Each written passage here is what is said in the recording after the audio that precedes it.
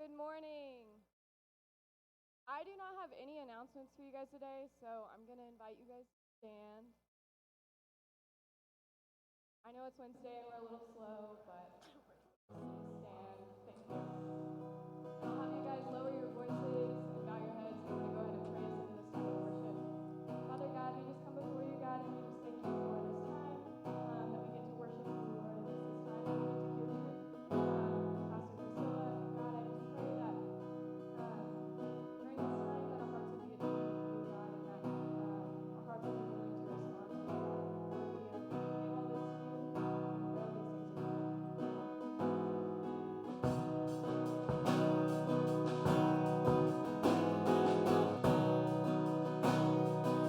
name. I searched the world, but it couldn't fill me. Man's empty praise and treasures of faith are never enough. And then you came along and put me back together. And every desire is now satisfied here in your love. Oh, there's nothing better than you. There's nothing better than you, Lord. There's nothing. Nothing is better than you.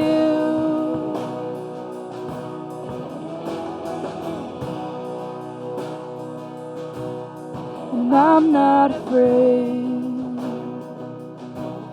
to show you my weakness, my failures and flaws. Lord, you've seen them all, and you still call me friend. 'Cause the God of the mountain is the God of the valley. And there's not a place your mercy and grace won't find me again. Oh, there's nothing better than you. There's nothing better than you, Lord. There's nothing. Nothing is better than you. Oh, there's nothing better than you. There's nothing better than you, Lord. There's nothing. Nothing is better than you.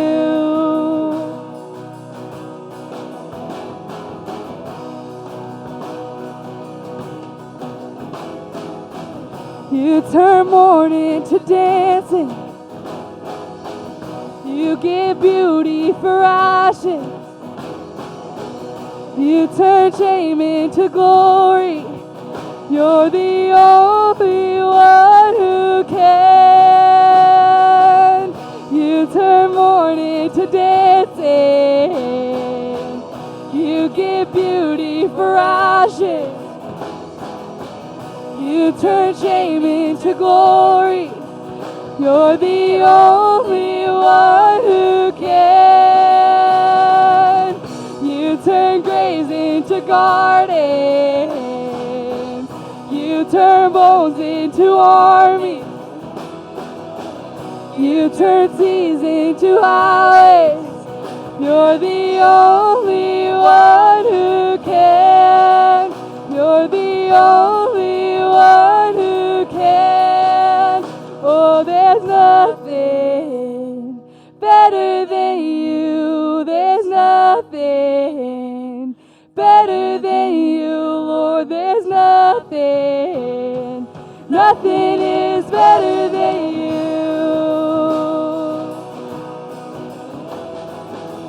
You turn graves into gardens.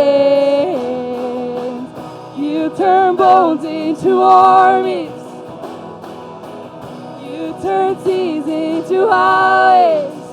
You're the only one who can. You turn graves into gardens. turn bones into armies. You turn seas into highways. You're the only one who can. You're the only one who can. You're the only one who can.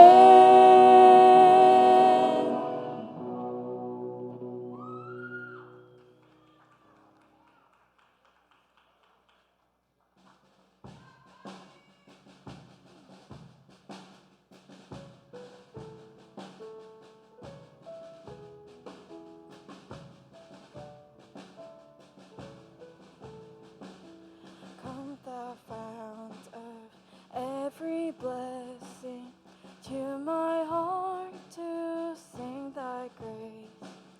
Streams of mercy, never ceasing, call for songs of loudest praise.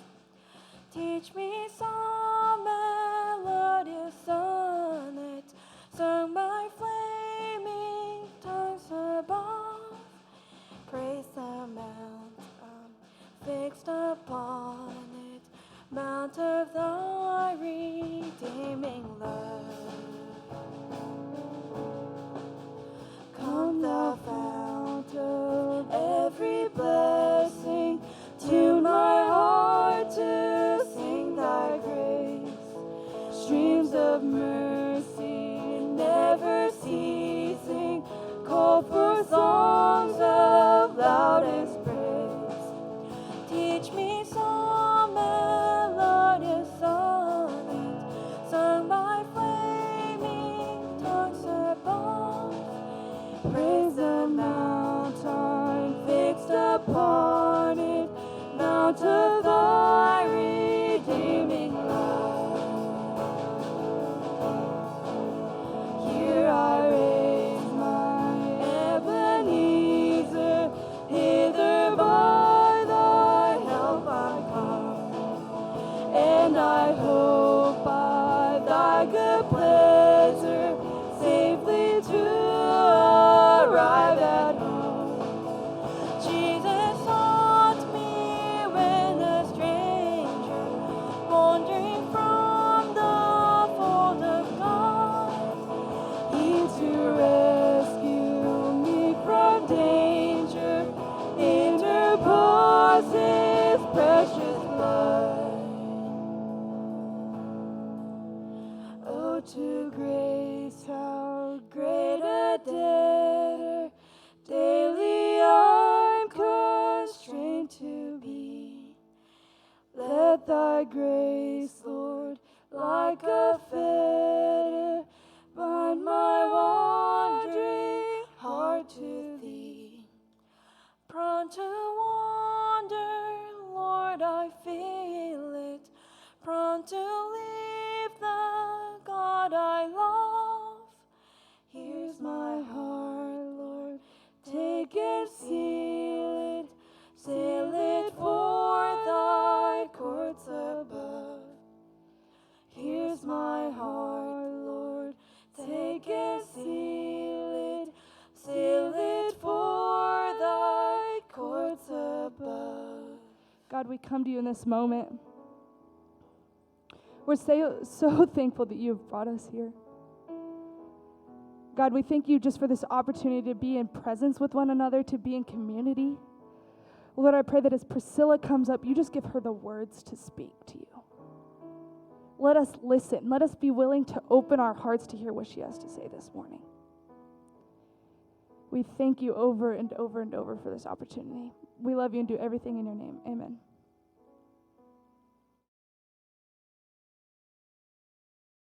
And there's something about that last song where we get that verse, the prone to wander, Lord, I feel it, prone to leave, the God. Every time I sing that, I'm like, yeah, that's me. Like, that's me, like right there. Like those moments of like, I know what I should do. Like I know the way I should behave or the things I should say or the way that I should act. And then there's the things that I actually do. Like I feel that all the time, like prone to wander, Lord, I feel it, prone to leave, the God I love. Man, I feel that. I'm excited this morning to welcome Pastor Priscilla Poettker. She is the executive pastor at Revolution Church here in McPherson. But more than that, Priscilla is a friend of mine. She is a former student.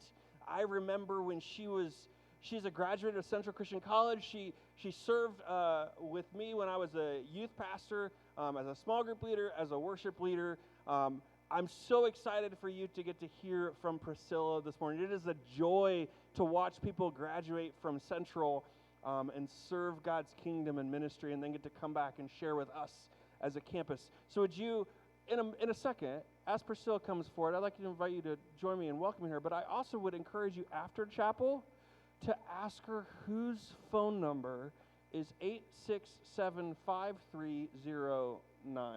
Join me in welcoming Priscilla Poettker.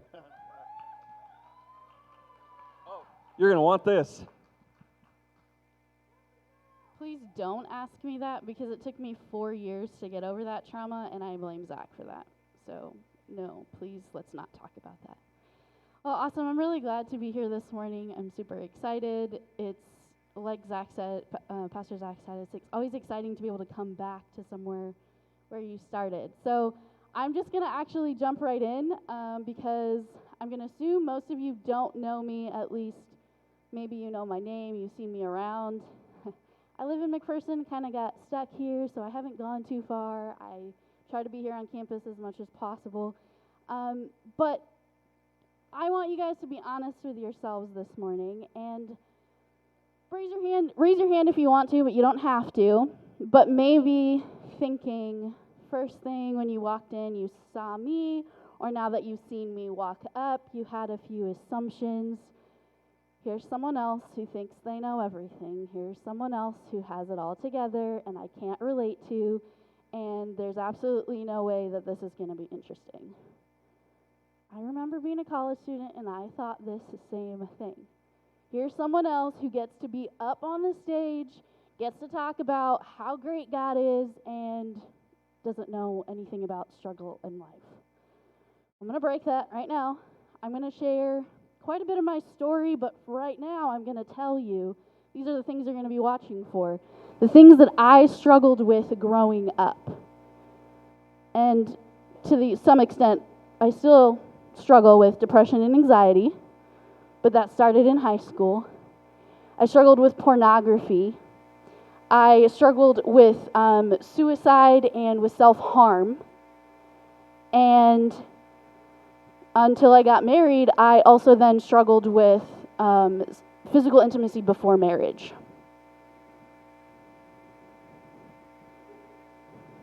So maybe you don't know me. Maybe I am a little different than maybe you thought. I'm not far from you guys. I only graduated 2 years ago. I got married a year ago. I'm not far from remembering some of the things that have happened in life that are hard to get through, hard to understand why they happen. So I want to talk about you now for a second, or try. Maybe, I don't know, you're maybe in a sport, you're in a club, you're in something that you identify with. You're known as a basketball player, soccer player. I was going to say football player. I forgot Central doesn't have a football team. But you're confident, right? And maybe some of you think that, like, you're like a really good athlete. You're a really good fill in the blank. Maybe you think you're the best at whatever it is, right? You're really confident in that, and that's good. But so what? Why does that make you extra special? To be good at your sport, to be the best at whatever it is. What does this title guarantee you in your future? Better yet, what struggles do you maybe have? What things are going through in your life right now, and how are they going to determine your future? How does it make you a better person? You have struggles, you have hurt, but they aren't your excuses, nor are they so impossible to get past. I know you might have a best friend here, someone that you're wanting to impress. Maybe they're not even your friend, you just try to impress them, And you feel this pressure of having, well, to meet up to their expectations. If you're maybe known for knowing it all, having it all together. Sorry to burst the bubble, but once you pass college, that kind of doesn't mean anything anymore. And that's going to be a little bit more difficult once you start getting jobs and interacting with people that are not in college anymore. I've given myself a lot of these titles for a good chunk of my life. Like I said, I struggled with pornography, so then I identified myself as that's who I was, and that's what I did, and that's all I could be. I struggled with depression, and like I said, I still do. It's not something that's one and done, but I used to say that's who I was. I was my depression, not someone who struggled with depression or someone who struggled with anxiety. No, I was the depression. I was the anxiety. I've told myself I'm those people. I told myself that was my identity. And I've told myself that my ability and success as a leader was determined by those things. Was determined by all the things that in my life were negative and hard and painful and were no longer, could not be changed and was what I was going to be forever. There was no hope for me. There was no possibility for change. But the thing is, there's nothing new under the sun. I don't know your story, just like you don't know mine. You'll get to know me a little bit more. But I can probably guess that most of you have struggled with something, if not with what I've listed, something in your life that has held you down that you identify as instead of struggling with. And it's funny because I actually grew up as a pastor's kid. Do we have any pastor's kids in the room? Is that, yeah? Okay, we have a couple. Cool. So you might be able to relate in the sense that sometimes we, as the pastor's kids, get caught up in this idea that whether it's on our own thoughts or the people around us, that we have to meet a certain expectation. That we had to be this perfect child, we had to know the Bible really well, we had to have it all together. Yeah, that, as you can hear, that wasn't my story. All these things distracted me, actually, from the thing that God was calling me to do. It was making me think I had to do or be someone that honestly didn't even exist. So I became depressed early on in high school. And it was something that I thought I'd have to kind of deal with on my own. At the time, it wasn't a big thing that you heard about. And if you did, you kind of held it behind closed doors. So I trudged along and I thought that I had to get through this, whatever it was, on my own. I was struggling with the fact that my mom had been absent because of her own mental health for a few years. I was struggling because, again, my dad as a pastor was just gone a lot. He was traveling. He had a lot to do. And I felt like I was losing time with him. And then I got caught up in these lies that I was alone and that there was nothing for me. And so then that's when I fell into my addiction with pornography.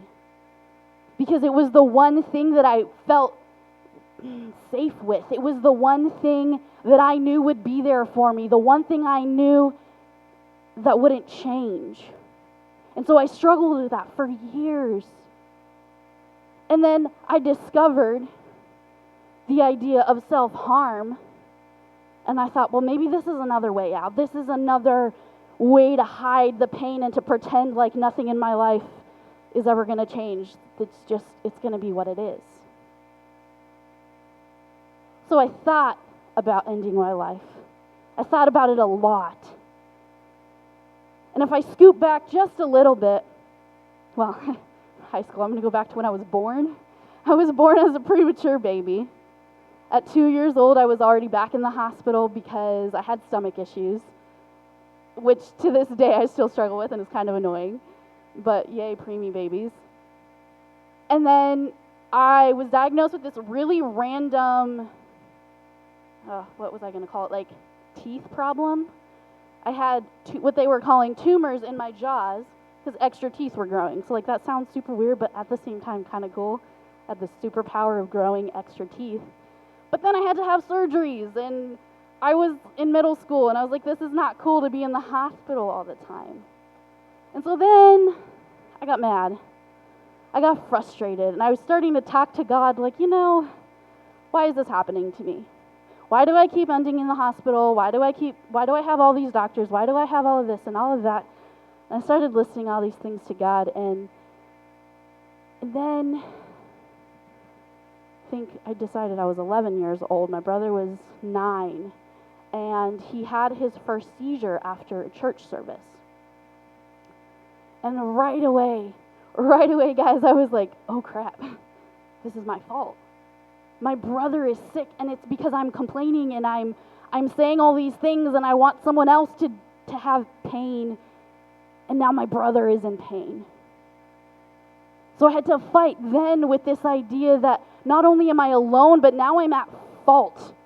I felt at fault for the things that were then happening around me, and I'll tell you this good news so I don't just leave it there in the middle. My brother's okay. He did have a tumor. And it was just in the right spot where if they had moved anything different when they went in, he could have lost all his speech. Again, he's only 9 years old. I'm only 11. We have a younger sister. Life is getting crazy. But he comes out of that very, very long surgery, and he's kicking and he's screaming at the nurses and making the doctors smile because they know he can talk. He's going to be okay. But then I had to battle this idea in my head that this was my fault, right? But no. I'm going to tell you now, just in case you have any of these situations in your life where you think you're to blame for something that literally just happens. It's unfortunate. Sometimes it's in the genes, and sometimes it's just a fluke in our body. These things happen. I didn't cause my brother to have a tumor in his head. Sometimes I think, oh, maybe that's when I hit him in the head with a bat on accident, but I'll get over that one too. It's not my fault. It's not my fault. I'm not to blame, and God wasn't punishing me for anything, any of my complaining, because He welcomed my complaining. He welcomed my frustrations and the fact that I was kind of mad at Him for all the things that were going on in my life. And so then I started to calm down a little bit, right? But then I'm getting into high school. The depression is hitting a little bit harder. And I find out now I have tumors in my legs. I still do, actually. You'll never tell. It's nothing anyone can see. It's just pain that I have to physically deal with. But as a freshman in high school, this is not the thing you want to hear. I've never been able to play sports. I chose not to interact with too many things that took a lot out of me physically, because I was always scared. I was literally told if you're in a car accident and your leg is broken, it's not going to break, it's actually going to shatter. So you're just probably not even going to have a functioning leg anymore. So then it became my fear, and it became my identity. It became the thing that I was living out of. I was living out of that fear and the fact that that's who I was now. So now that you have a little bit more context, you can understand why I was starting to feel alone in high school. I couldn't be the best athlete. I couldn't be involved in the sports that I kind of grew up maybe interested in. I'm not the best at sports anyway, so it's probably a blessing, right? I got into music, and that's been amazing. I'm not the best at that either, but I got caught up in the fact that I can't do all these things that everyone else around me is doing. This is not fair. It's a fun word, isn't it? Fair. Life isn't really fair, is it? I couldn't be who I thought I was supposed to be. And I was choosing to ignore the things God was actually putting right in front of me. And so again, we're back to depressed, anxious, porn addicted Priscilla. All these things that I was so caught up in and so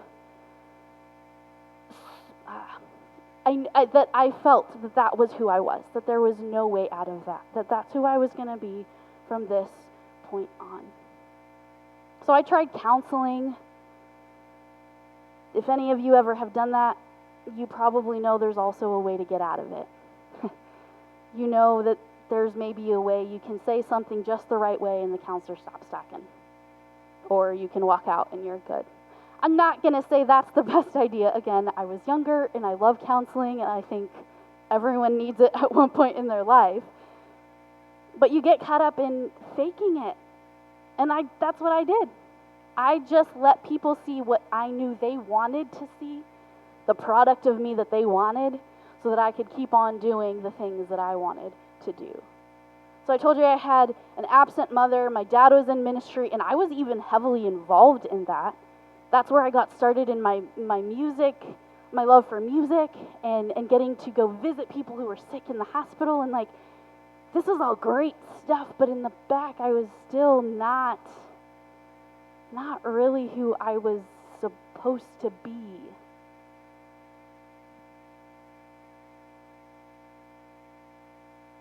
So I didn't blame God for all of this, but I was still upset. I was still confused. I was still frustrated.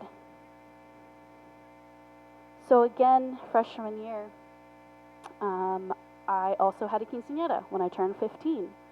Really fun event. And and I got, at that time, a purity ring from my parents, and they presented it in this service that I had, in this celebration. And that's then where, when I started my pornography addiction, I was almost fooling myself because I thought, well, I haven't had sex, so I'm still pure. My idea of purity, or my idea of being clean, was on me physically and had nothing to do with my thoughts. But Scripture tells us that it's in our very thoughts that start things. And so then I had to struggle again with this idea, okay, now I have something else in my life that I can't really just get rid of. I'm now addicted to pornography and I'm unclean, but I'm wearing this ring that says I'm trying to be pure. So I felt like then I was living a double life. Because it's not like I was going around and telling people that. Telling you now, it's come a long way to be able to share weaknesses in my life. Places in my life that I'm not proud of. Places in my life that most people don't need to know. So I struggled then again with this identity that I was a porn addict. I was unclean. I was unpure. This is who I am. So now we'll get to college. So this was only 4 years ago, which is still actually a long time ago. I got even more depressed, and I had more opportunity to isolate myself because I didn't know people. So then I did a lot more self-harm, and I did a lot more thinking about dying. And I don't know if this subject maybe makes people uncomfortable, and that's not my point, but I do want you to know that it's a real thing. And it's a thing that can be hidden very well because I did it. I did it for about three years here in college. No, maybe 2 years, not 3. Without most people knowing, and the ones that did know was only because I allowed them in. How many people around us on a regular basis are hiding the same exact thing, but it's because they identify themselves with it. I identified myself in my depression and in my hurting myself, and that's who I was. But I was ashamed of it, so I wasn't going to let anyone see that me. I was going to put up a show for everyone else. So I had to then struggle with not being the perfect student. I had set these expectations to be this perfect student, this perfect person, make my parents proud, make all the professors happy with me. They can't know anything is going wrong, and even if I'm failing the class, oh well, I'm not going to talk to them about it because, oh, they're not going to understand, and this is my own issue. This is just who I am. So then my identity was caught in that as well, being a good student. Whatever that means, I don't know. I still haven't figured it out. How many of you have gotten caught up with the idea that you have to be the perfect athlete? That you have to be the perfect person, the perfect boyfriend, the perfect girlfriend. How many of you have thought about the idea that you have to be the perfect person who shows up to things and does whatever the other person tells you because you don't want to disappoint them? You have to be the one who shows up and makes everyone laugh, even if it's not actually a joke and it's not funny. How many of you have had to then identify yourselves as someone you are not, simply to keep up with the people around you who think they know you?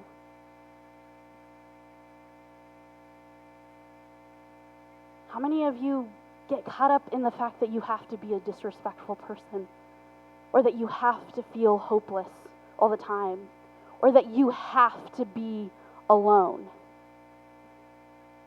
How many of you feel like you just have to exist here in this place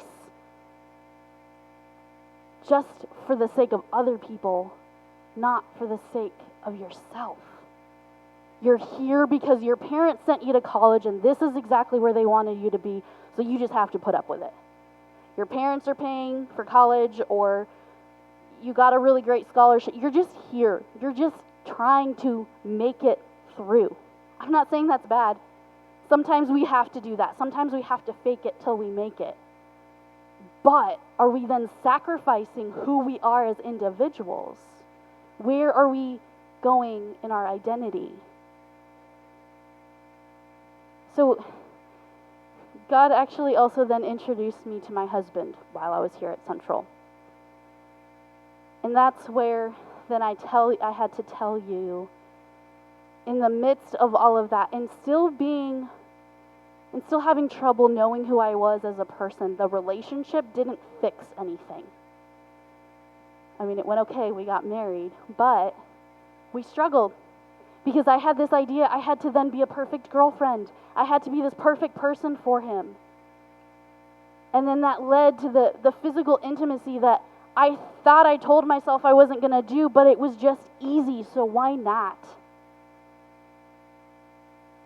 And I know some of you are going to be thinking, well, what does that matter? Some of you may not think that there's a problem with physical intimacy outside of marriage. And that's a different story, right? We're talking two different things. I'm specifically saying I had said I knew this was wrong, and I still did it anyway. We did it anyway. And so then I labeled myself again. I'm this person who falls into sin and temptation, and I'm now sex. That's what my identity was, sex. When that's not what it was at all. It was something I was struggling with.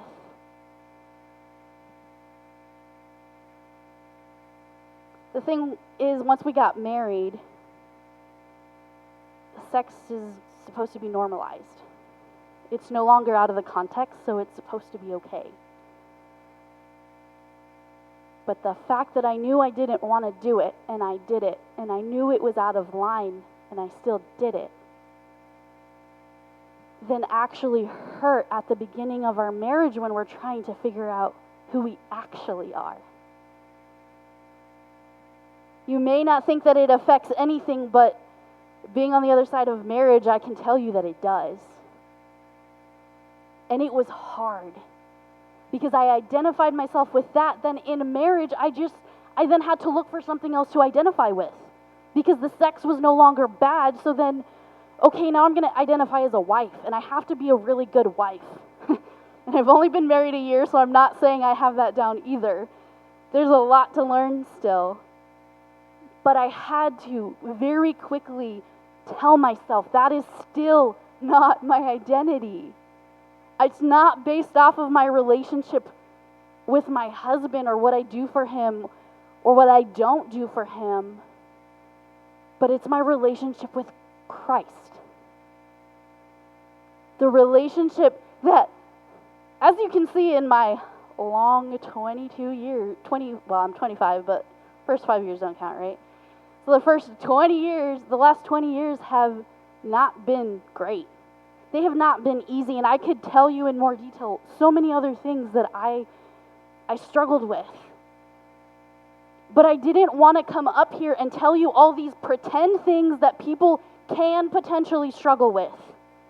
I'm telling you, this is what I struggled with, and I know that you have your own things too. The reality is you're not alone. The reality is, yes, there's all these things that we talk about that are up here and they seem fake and they don't seem like they're a real thing. But the thing is, you just need to find the one thing that you do relate to, and then you don't feel alone anymore. So I'm sharing a lot about myself, right? You know me probably more than you thought you would when you walked in. A lot of things that maybe you don't even care to know, and you're just going to walk out and forget it all. And that's okay. Because honestly, if you remembered every single detail about my life, I'd be a little weirded out. But I want you to hear that first I want you to hear that I see you. First I want you to hear that I know that you struggle with something. And at some point, you've struggled with identifying with what you do, or who you talk to, or what you say. You identify with your sport, or your class, or your GPA. You identify with something, but I want you to know that's not who you are. Those are things in your life, but they don't make up who you get to be for the rest of your life. Because when you graduate from college, your GPA honestly isn't full. I mean, maybe you're going to go get your master's, your doctorate. You're going to be a super smart person. So yes, maybe your GPA is going to matter. But it's not going to define the success that you have in your life. Your GPA is not going to do that. The relationships that you have here, the people that you get to know really well and you think you have to impress, they're not going to be in your life most likely in about five years. I've only been away from college for 2 years, and there's only a handful of people that I still know and talk to. Because I struggled with that. I had people in college that I wanted to be just like. And then we weren't in the same room anymore, and it's like it didn't matter because it didn't. You're only comparing and identifying with these things because they're in your life right now, but they don't last. I want you to hear that it doesn't have to be that way. You have a Father who loves you and a God who created you to be just like Him, actually. You are wanted. You are loved. You are seen. I was just reminded because, like I said, I can't ever get out of college. I'm still taking classes here just for fun. And I was reminded of the story of Hagar and the name that she called out to God. Elroy. Elroy is the God who sees. He sees you. And it might be scary to the fact that He sees you in a way that nobody else can, because that means you can't have a wall that hides things. But let me tell you, that's a good thing. It's a good thing that God can see that. Because even as He sees it, He still loves you the same. Because He has no expectation for you. He has nothing different that he wants you to be. He says, I see you. I love you. I want you just as you are. And maybe that's a decision you haven't made before. Maybe that's something you haven't considered. Or you have and you've been on the fence. Maybe you thought it just doesn't make a difference to have a relationship with Jesus. You're completely satisfied with the way that your life is right now. But again, when you leave this campus in 2, 3, 4, whatever class you are, this isn't going to go with you. Jesus is the only one who stays the same now in your life to 10 and 15 years from now when you're still trying to figure things out. He's the one that's still there, not the person sitting next to you right now. He's the one who's with you in 6 years from now when you're trying to figure out your new job, not the person you were trying to impress here.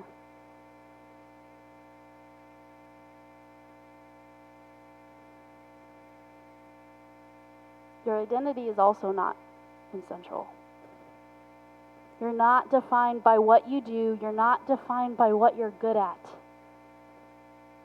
Because all those things change.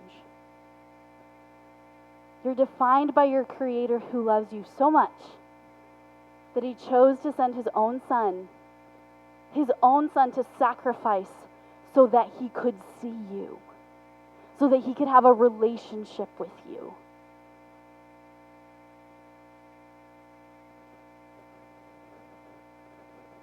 Who or what you choose to be identified by is who or what you choose to reflect.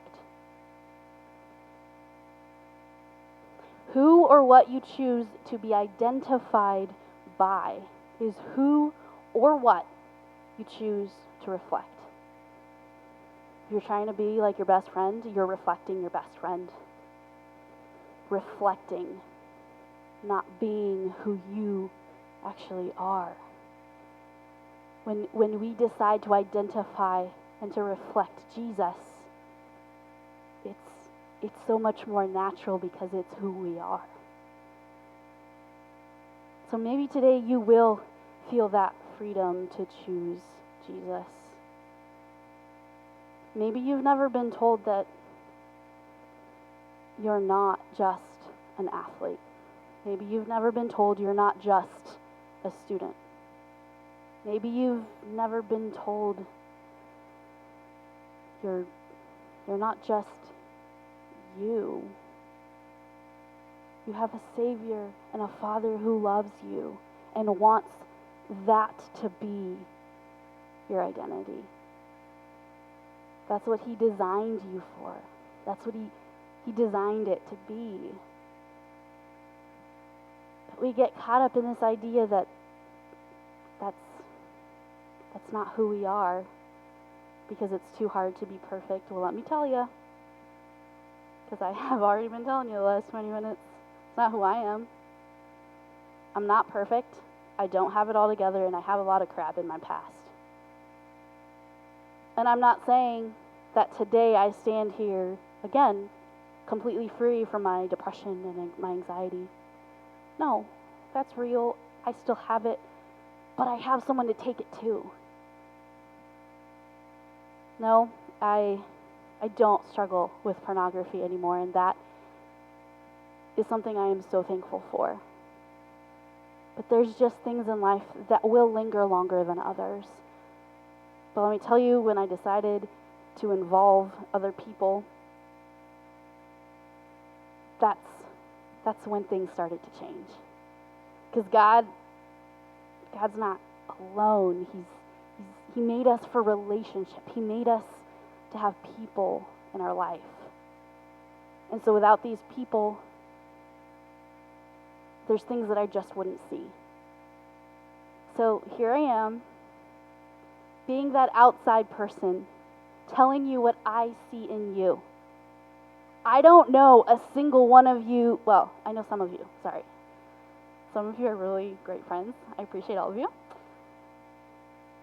But I don't know all of you so intimately well that I know exactly what you struggle with. But I do know that you don't have to identify as those things anymore. I do know that you are loved. I do know that you are forgiven. I do know that there is more than just where you are right now.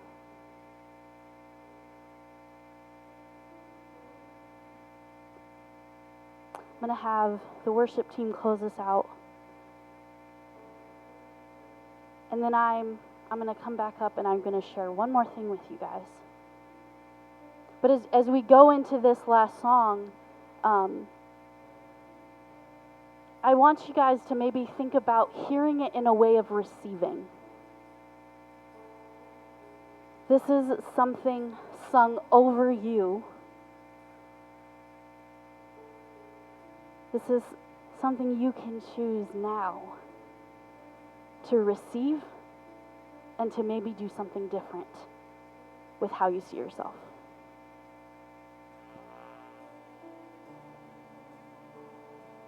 Y'all will stand with us for this last song.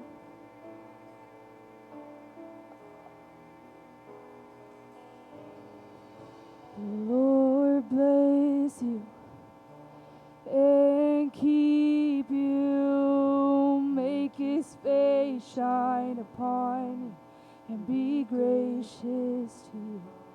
Lord turn his face toward you and give you peace.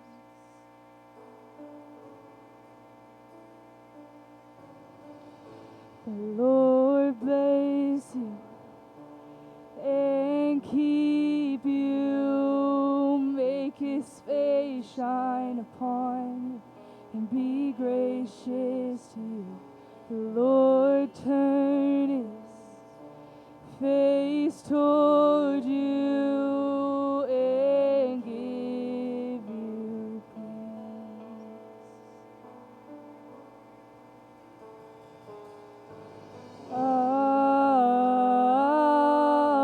Amen.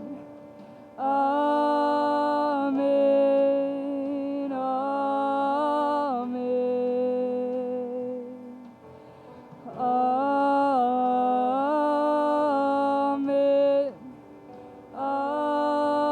Amen. Amen. May his favor be upon you and 1,000 generations, and your family, your children, and their children, and their children. May his favor be upon you and 1,000 generations, and your family, and your children, and their children, and their children. May his presence go before you, and behind you, and beside you, all around you, and within